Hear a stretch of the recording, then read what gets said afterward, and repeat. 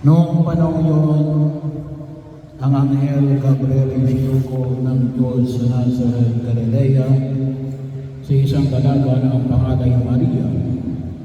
Siya'y nakatagdang ikasal kay Jose, isang lalaki buhat sa lipi ni Haring David. Paglapit ng anghel sa inaroonan ng dalaga, binati niya ito. Matuwa ka, ikaw ay kalugod-lugod sa Diyos, wika niya. Sumasayo ang Panginoon.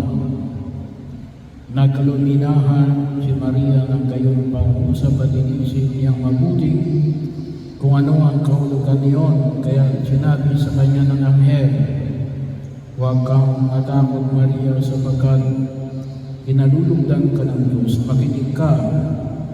Ikaw ay maglili at manganak ng isang lalaki at siya'y tatawagin mong Jesus. Maging luka siya at tatawaging anak ng kataas-taasan.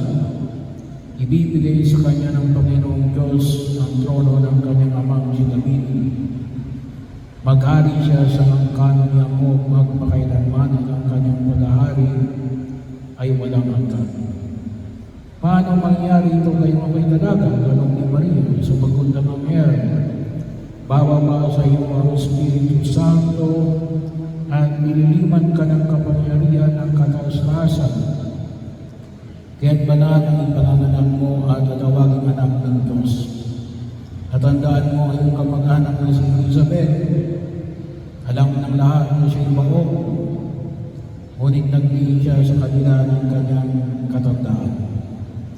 At may ika-anim na buwan na ng kanyang pagdadalang tao, sapagkat walang hindi mapangyayari ng Diyos." Sumagot si Maria, "Ako'y alipin ng Panginoon. Mangyari sa akin ang iyong sinabi." At nilisan siya ng anghel. Ang mabuting balita ng Panginoon.